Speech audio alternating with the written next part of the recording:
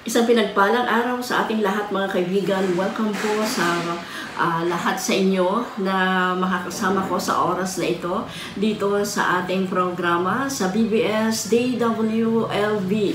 At tayo po ay magkakasama sa loob ng ilang sandali upang talakayin, pag-usapan ang kahalagahan ng salita ng Diyos. Kumusta kayo mga kaibigan? Tayo po ay nasa vacation ngayon, nasa bakasyon tayo at ang mga bata ay nandyan sa kanilang mga tahanan. At yung iba naman ay humahabol sa mga outing o kaya po sa mga swimming. It's all good naman. Lagi lang tayong mananalangin ng pag-iingat at proteksyon ng Panginoon sa bawat isa sa atin, saan man tayo dumako, saan man tayo mapunta. Lalo po nating mithiin ang proteksyon ng Panginoon, ang umbrella ng proteksyon ng Diyos sa ating mga pamilya at sa bawat isa, sa ating mga paglalakbay, sa ating mga paglalakad, sa ating mga pagsiswimming, outing. No? We need the grace of God in our lives. So mga kaibigan, si Ate Chucy Aguilar po ito, inyo pong makakasama. Kasama ko po sa technical side, si Brother Serge. At ganun din po si Ariel Camarote, ang ating head technician dito po sa BBS DWLP. At pinapartneran siya ni Pastor Serge sa mga activities o kaya po sa kanilang pag-aalaga ng mga technical na usapan dito sa himpilang BBS DWLV FM. Well, my friends, bakit tayo dapat malakas ang loob na tumawag sa Diyos? Bakit po dapat tayo huwag mag-aalinlangan na lumapit sa Panginoon? Una, because we have a good God. Number 2, we know that He is faithful sa kanyang mga pangako. Number 3, because of the integrity of His words. Number 4, God's promises are true. Number 5, because the love of God is steadfast forever. Nananatili magpakailan pa man. Upo mga kaibigan, pag ating pong maalala na mabuti ang Diyos, no? Na matapat sa kanyang mga pangako. Minsan po kasi depende sa mga magulang natin. Kung maayos yung magulang, sometimes yung picture of God the Father sa atin ay maganda rin. Pero kung medyo nagkulang ang magulang o kayo po ay mayroon mga bata o mga anak na nilisan ng kanilang mga magulang o kaya absentee parenting na hindi man lang nga nila nakilala hanggang sila'y lumaki na, pwedeng ang kanilang pagkakakilala sa isang ama ay kulang o kaya may ilang mga comments na mga negatibo.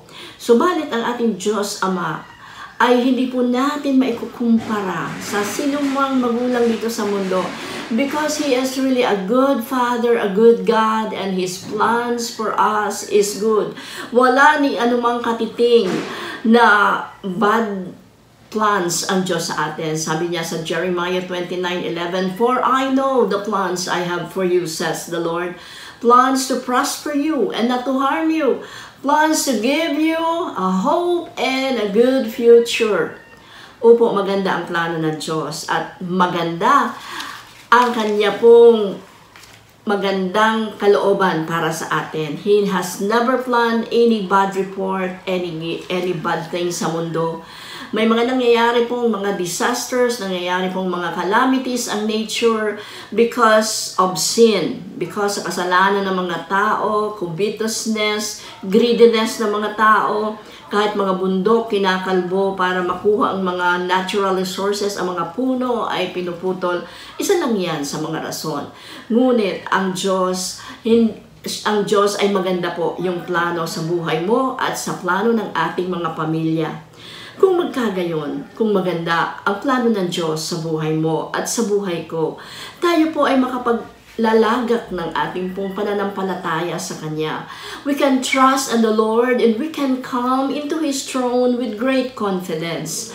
Sabi nga po sa 1 John 5, "This is the confidence that we have in Christ, that whatsoever we shall ask according to His will."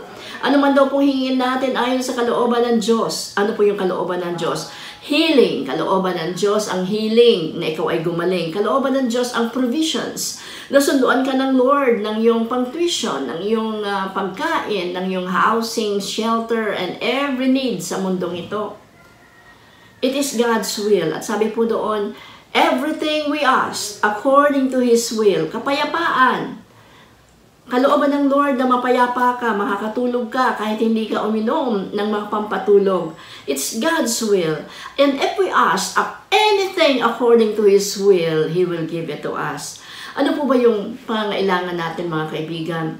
Marahil po may pangangailangan ka na hindi mo mabanggit sa iyong mga barkada. Nahihiya kang sabihin sa kanila. Minsan kahit na sa ating mga kapatid, nag-aalangan ka siguro. Pero po sa pangangailangan mong yan, nakikita ng Diyos ang iyong puso. At what is important is to trust in the Lord. Sabi ko po dito sa aklat ng Lamentations 3:22 to 23, ang kabaitan, ang faithfulness ng Diyos ay bago sa bawat araw, no? Hindi po napapanis, hindi po na-obsolete ang faithfulness and goodness ng Panginoon. The steadfast love of the Lord never ceases. His mercies never come to an end. They are new every morning. Bago sa bawat araw. Bago, renewed strength, renewed miracle, renewed provisions ang ipagkakaloob ng Lord sa atin. God's love is steadfast. And another one is the promises of God are true.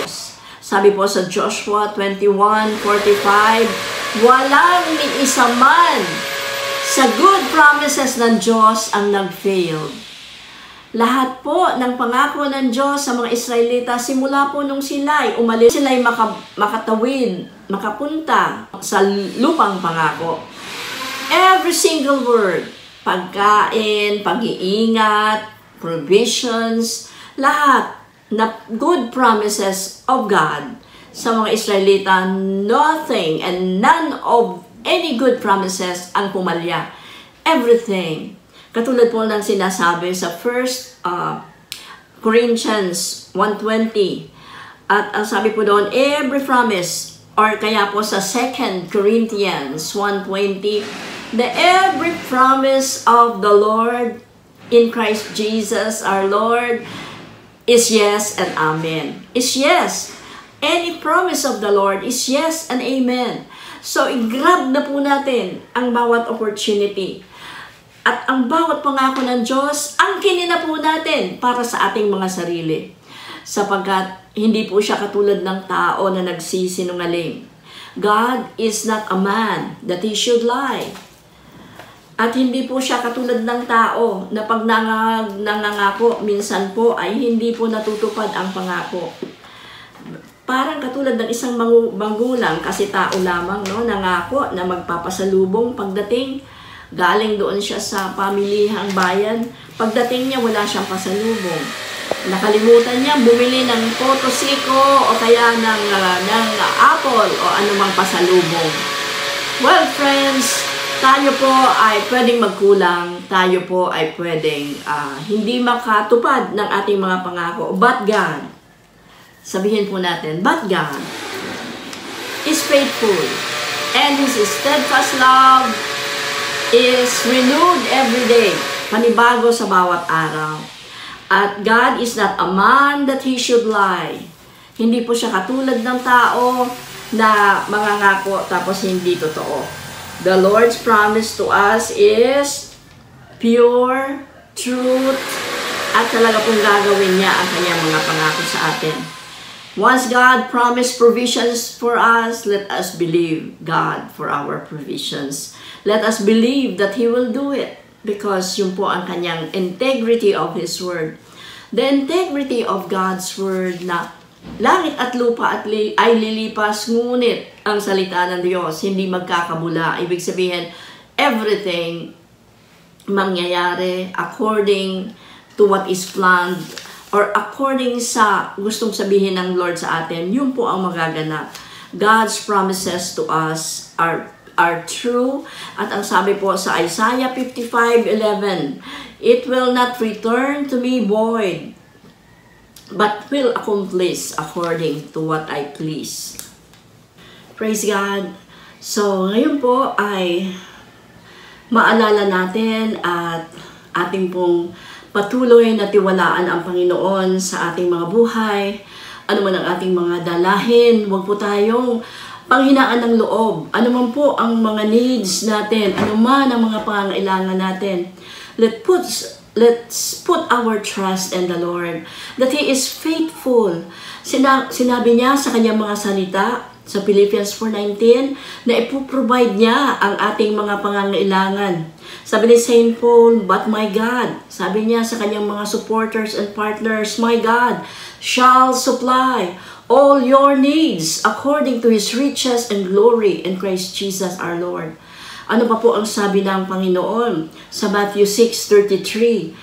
Sabi po doon, if you seek first His righteousness and His kingdom and His righteousness, all these things that pertains to life, all these things shall be added unto you. So if we seek first His kingdom, if we seek first God, we give time to Him, we give our resources, we give our time, our talent, naglilingkod tayo sa Panginoon. If we seek first His kingdom and all His righteousness, ano ang mga righteousness ng Diyos? No? Kabaitan, pagiging matulungin, hindi para away, hindi para reklamo. No? All the righteousness. If we seek the righteousness, if we pay sa mga napagkakautangan natin, kasama po ang gobyerno, if we pay our taxes sa mga may hanap buhay, at kung tayo po ginagawa natin ang lahat ng righteousness, pag-aalang sa magulang, pag-aalang sa mga nakakatanda, lahat po yan ay check yan sa Panginoon. At ang Panginoon, sabi niya sa Matthew 6:33, if you seek first His kingdom and His righteousness, then all these things shall be added unto you. Ano po yung righteousness? Anything that you don't want na gawin sa iyo, na gawin sa iyo ng kapwa, ay hindi mo rin dapat gawin sa kanila.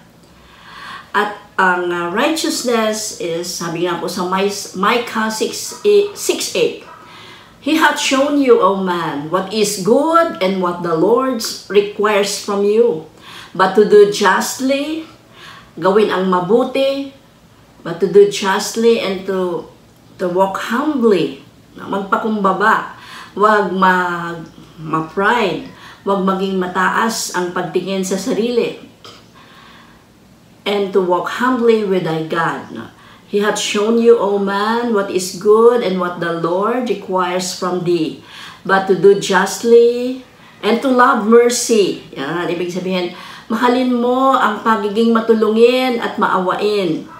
Hindi yung didedma mo lang, yung alam mong may pangangailangan. There's a verse in Book of Proverbs that it says, do not withhold good. Do not withhold good. Wag mong hahayaan na hindi mangyari yung mabuting dapat gawin sa kanya na nararapat. Do not withhold good to whom it is due, when it is in the power of your hands to do it. Meron po tayong Holy Spirit, at ang Holy Spirit nire-remind tayo na, ay anak, mali yung ginawa mo, merong humihingi ng tulong sa iyo, meron ka rin lang sapat-sapat, sobra sa pangangailangan mo, hindi mo man lang natulungan yung kapwa mo. Meron tayong Holy Spirit na magre-remind sa atin na anak, yung tao na yun, nadidepress, hindi mo man lang ni say hi or binati mo man lang kahit hindi mo bigyan ng pagkain.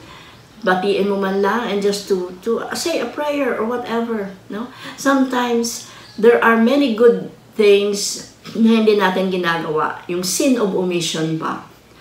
But isa sa mga prinsipyo po ay yung do not withhold good to whom it is due, when it is in the power of your hands to do it.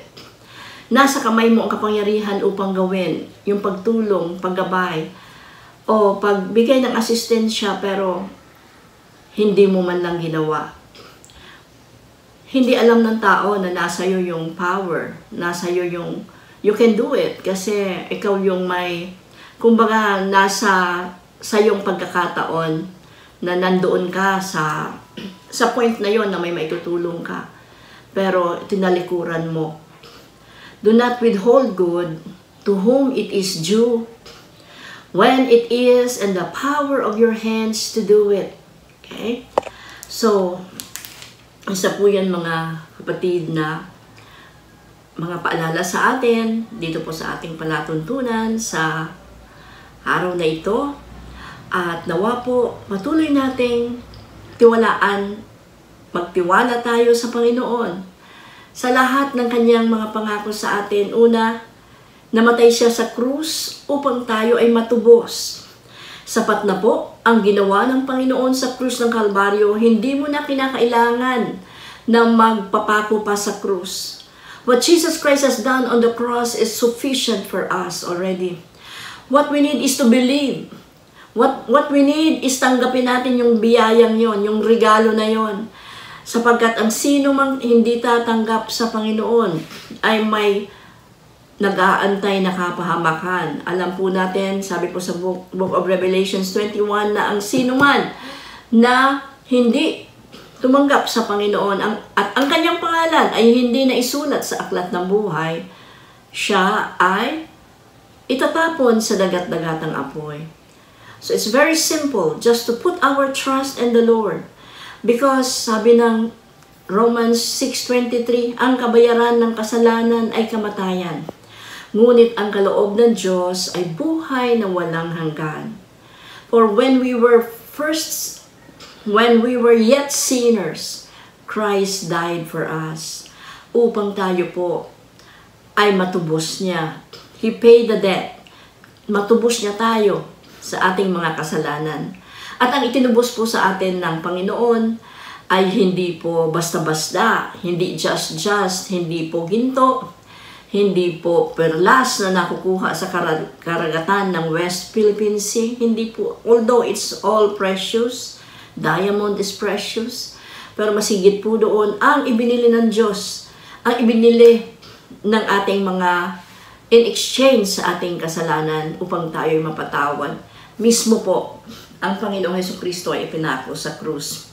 For where there is no remission of sins without the shedding of blood. Yan po yung covenant, no? Alam po natin yung compact na ginawa sa KKK, mayroon po silang naghiwa upang sila po ay magkaroon ng covenant through the blood. Jesus shed His blood upang ikaw ay maligtas. Hindi mo na kinakailangang ipapako ang sarili mo doon sa krus. What you need to do is to believe. Jesus said, I am the way, the truth, and the life. No one comes to the Father except through me. Please join me in prayer today, my friends. We have a good God. His promises are true. God's love is steadfast. There is an integrity of His word. At sa darating pong mga araw, pag-uusapan pa po natin yan about sa faithfulness ng Panginoon, the goodness of God, and the integrity of His word. My covenant I will not break, sabi ng Panginoon. Hindi ko babalgahin ang aking mga pangako. I will not anymore change it or alter it. My covenant I will not break nor alter the words that has gone out of my lips. Hallelujah. So let us pray today, my friends. Let us come to God in prayer believing that with God nothing is impossible. Gaano man kabigat ng ating mga suliranin, gaano man kahirap, gaano man kaimposible, walang imposible sa Diyos. Nakalaan para sa iyo at sa pamilya mo ang kanyang mga resources, untouched resources, ang walang hanggang bukal ng kanyang biyaya. Tayo po'y manalangin. Panginoon, kami po'y nagpupuri at nagpapasalamat sa iyo sa oras na ito. Salamat, Panginoon, sa pagpapaalala mo ng iyong kayamanan, ng iyong mga salita. That we have a good Father, we have a good God, and your promises are true. Your steadfast love never ceases. Hindi po nagkukulang ang iyong pagmamahal. Hindi nagbabago, Panginoon, ang intensity ng iyong love. And whatever, Panginoon, na kailangan ng iyong mga minamahal na anak ay ipagkakaloob po ninyo. Panginoon, salamat po of the integrity of your word, na anumang sabihin mo, anumang pangako mo, you will fulfill it. You promise to save us, to give us eternal life. You promise, O God, to protect us from any form of evil. Sabi nga po ni Psalmist David, yeah, even though I walk through the valley of the shadow of death, I will fear no evil, for you are with me. You are our refuge. You are our strength, God. Hindi kami natatakot, Panginoon, anumang sakit at karamdaman, anumang mga panakot na virus, Panginoon, anumang, Panginoon, na mga sakit ng skin, mga impacts na tinatawag sa mundong ito. Cover us, Lord, by your protection. We are covered ng iyong protection, Panginoon, at wala pong evil one na makakalapit sa amin. Yes, Lord, thank you po sa iyong mga pangako. And so we do not fear the future because we have a God that is faithful. Tulungan mo po kami patuloy, Panginoon, na magtiwala sa iyo. Manangan sa iyong mga pangako sa amin. Panginoon, tulungan niyo po ang bawat isa na patuloy na magtiwala sa iyo. Ang sino mong mga kabataan na may hinihiling sa iyo, Panginoon, mga pangangailangan sa kanilang schooling, ang mga magulang, Lord, na nagmimithi na makapa-enroll ang kanilang mga anak. Lord, I pray, miraculously, Lord God, supernatural provisions, Lord, ang ipagkaloob po ninyo. I-provide po ninyo ang pangangailangan, Panginoon, ng bawat isa, O Diyos. Lord, simula sa pinakamaliit na pangangailangan, ballpen, lapis, papel, hanggang sa mga pan-tuition, hanggang sa mga pambayad sa kuryente, pambayad sa tubig, pambili ng cellphone, pambili ng laptop. Panginoon, walang imposible sa iyo. Panginoon, lahat ng yan, Panginoon, ay kaya mong ipagkaloob at kaya mong ibigay. And you are our source, Lord God. People are not our source. You are our source. Sabi po, Panginoon, sa iyong mga salita, but my God shall supply all your needs according to His riches and glory in Christ Jesus our Lord. So our provisions comes from you. Ang walang hanggang biyaya, walang sukat na kayamanan, Lord. You are the owner of all the thousand of cattle and sa mga hills and mountains, mga ginto, lahat ng kayamanan pag-aari mo. Kaya mo po, Panginoon, ipagkaloob ito sa iyong mga anak. Walang imposible sa iyo. Lord, salamat po. And we continually pray and intercede for our government. Wala pong nalilingid sa iyo, Panginoon. At katulad ni Herodes, at katulad, Panginoon, ni Nebuchadnezzar, you have the power to dethrone people. You have the power to put people in position. Because, Father God, all the nations are under your authority. So we pray, Lord, continually for the Philippine Islands. Lord, we pray that you continually bless our government. Continually convict them of any sins. Continually, Lord, guide them. Continually, Lord, give the President good ideas, wisdom, knowledge, and understanding. Continually, Lord, give him good people that surrounds him. Ilayo mo sa kanyang buhay ang mga masamang tao at may mga maling balakin. Lord, continue you to give strength to the President that he will govern the country peacefully, rightfully, righteously. Lord God, in the name of Jesus, hindi po kami natatakot sapagkat alam namin you are in control. Kaya mo pong konbiktihin ang mga tao. Kaya ka pong mangusap sa mga tao, sa Vice President, sa Senate President, sa lahat, Panginoon, ng mga Cabinet Secretary. Binigyan mo po sila ng karapatan. I mean, Lord, sila po yung napili for a reason. I pray, Lord, na yung maximum impact, Panginoon, ng buhay nila sa mga paglilingkod sa gobyerno ay magamit nila. It's not only for their sahod or not because of prestige and title, kundi Panginoon, we believe, Lord, that you will convict them, that they will serve the country, Lord God, rightfully, honestly, Lord God, with holy fear, righteousness, Lord, upang mapaayos po ang takbo ng aming bayan. We pray, take control, Lord God, sa mga patrabaho ng DPWH, Lord, yung wala pong Panginoon mandadaya, Panginoon, na ang mga kalsada ay gawin nilang mga hindi excellent. Lord, we pray na yung mga nararapat na specifications, Panginoon, ng semento, ng bakal ay matupad nila. Yung mga building na ginagawa, Lord, wala pong mga mandaraya, maging lalo na sa Department of Education, Lord, yung mga classroom ng mga bata ay yung mga excellent, Panginoon, yung mga maayos, Panginoon, na makapagkagawa. Hindi rin po yan, kundi yung mga kalsada at mga tulay. Lord, we pray that righteousness reign in our country. In the name of Jesus, Jesus reign. Jesus reigns in our country. Lord, take full control of this country. Take full control of our government. Continually expose those things that needs to be exposed. Expose the hearts of men. Expose their motives, Panginoon, ng bawat isa.